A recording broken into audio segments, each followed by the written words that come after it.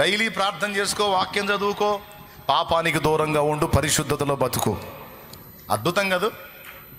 మోయగలిగే కాడేగా ఇది. మోయ సఖ్యం కాని కాడైతే కాదు, మోయగలిగే కాడి. అందుకే చెప్తున్నాను, బాప్తిస్మం పొందుట ద్వారా పాపములు కడగబడతాయి. ముందు చేయాల్సింది ఇది.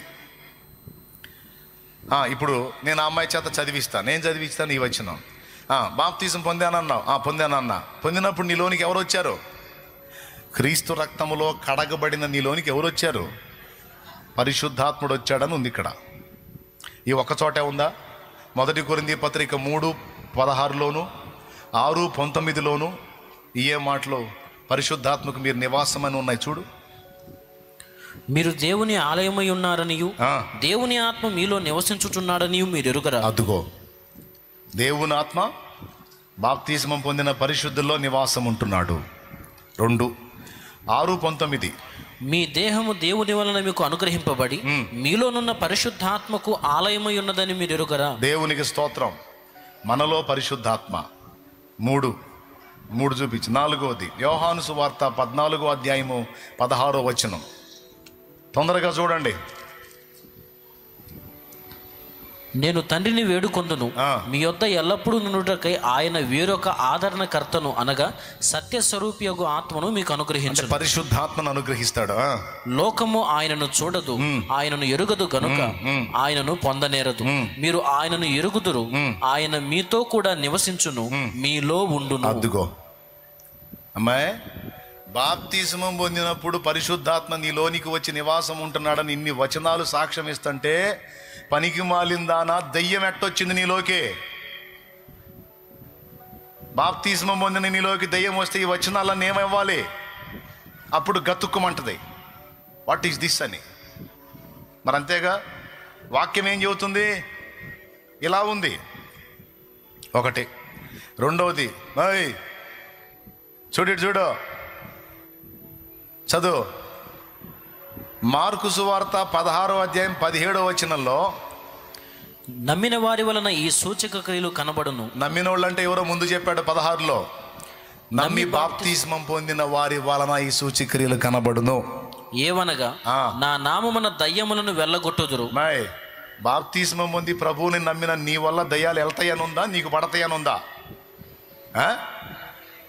మరి నీకెట్టబట్టింది?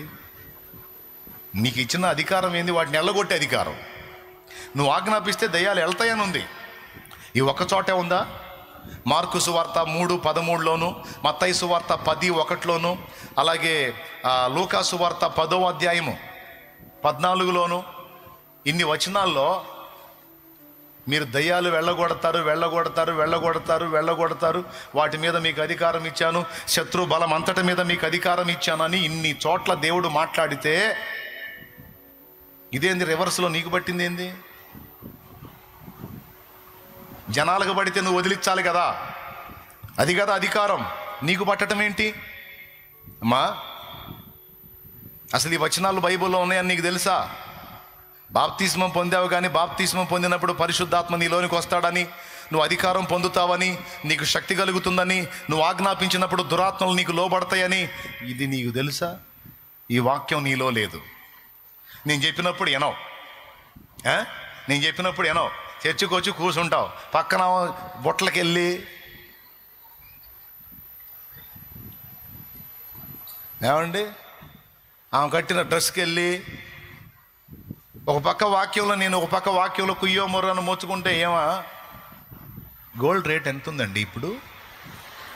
గోల్డ్ రేట్ ఎంత? ముసుకేసి నేను చెప్పేది ఏందో, మీ గోల్డ్ డిఫరెంట్గా ఉంది, ఎంత కాస్ట్ అయినాయి, డిజైన్ బాగుంది. నేను హల్లెలూయా అనగానే మళ్ళీ హల్లెలూయా, నాదొకటి వేసుకోయా, గుంపులో నాదొకటి. ఆ పక్కన చెప్పింది అనుకో, వాక్యం జరుగుతుంది కదా, వాక్యం వినండి అంటే, వాక్యం వింటానే ఉంటానండి నేను, వాక్యం ఎందుకు ఉంటాను, అది బాగుంటేను ఈ మాట అందని ఇంకో కాకెళ్ళి చూసిద్ది. అరే దృష్టి పెట్టి అసలు వాడు ఏం చెబుతున్నాడు, వాడి షాప్ ఏంది, అది వింటే నాకు వచ్చే ఉపయోగం ఏంది, నేను ఎంతవరకు మైండ్కి తీసుకోవాలి, లోపలికి పోవాలిగా వాక్యం. త్రోవ పక్కబడ్డ విత్తనాల్లాగా త్రోవ లాంటి హృదయం పెట్టుకుంటే ఎట్టబోయిద్దండి వాక్యం. ముళ్ళ కంపల్లాంటి హృదయం పెట్టుకుంటే ఎట్టబోయిద్ది వాక్యం. రాతి నేల వంటి హృదయాన్ని పెట్టుకుంటే ఎట్టబోయిద్ది వాక్యం. వాక్యం లోపలికి పోకపోతే ఎట్లా బాగుపడతావు, ఎట్లా జయం పొందుతావు? నువ్వైనా నేనైనా ఆ వాక్యం ద్వారానే కదా జయ జీవితం మనకి.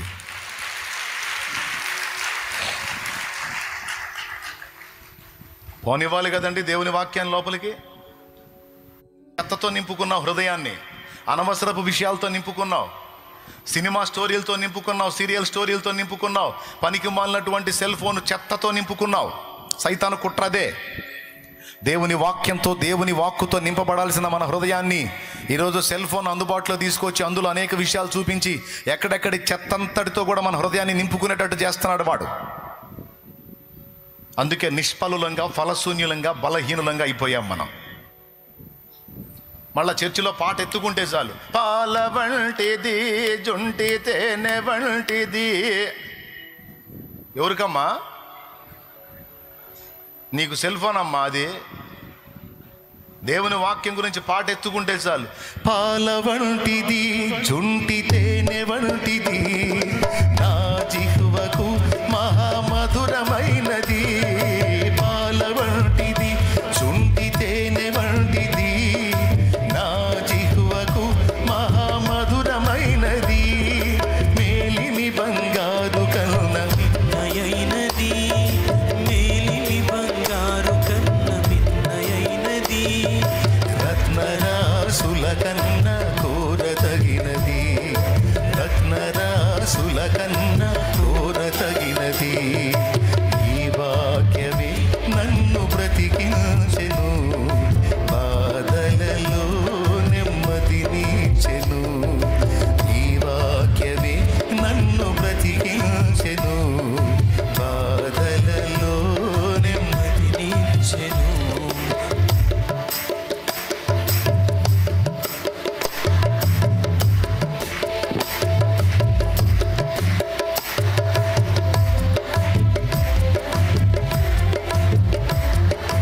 వాక్యమై ఉన్న యేసు వందనమయ్యా, ఈ వాక్యమే నన్ను బ్రతికించెను, బాధలలో నెమ్మదినిచ్చెను. దేవునికి మహిమ.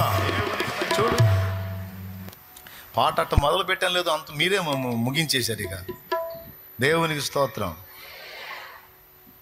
ఎందుకు రాశారు భక్తులు ఆ పాట? వాక్యపు విలువ మనం గుర్తుపెట్టుకుంటామని.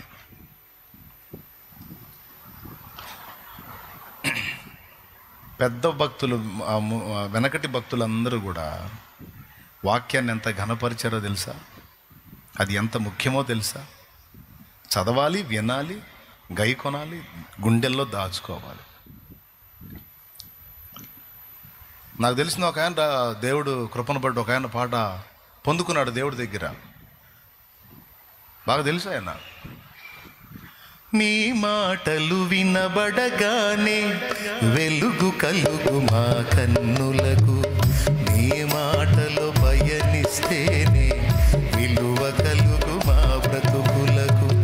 నీ మాటలు వినబడగానే వెలుగు కలుగు మా కన్నులకు, నీ మాటలు పయనిస్తేనే విలువ కలుగు మా బ్రతుకులకు. కృంగియున్న వారిని లేవనెత్తే నీ స్వరము, కృంగియున్న వారిని లేవనెత్తే నీ స్వరము. చెదరిన మా గుండెలను ఆదరించే నీ పదము, చెదరిన మా గుండెలను ఆదరించే నీ పదము. మాట్లాడుమయ్యా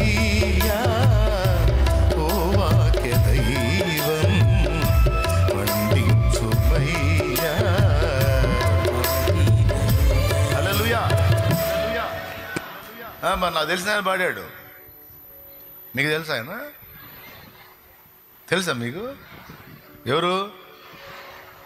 నాకెళ్ళి చూపిస్తారు ఏంటండి? నాకు తెలిసిన ఆయన పాడాడు.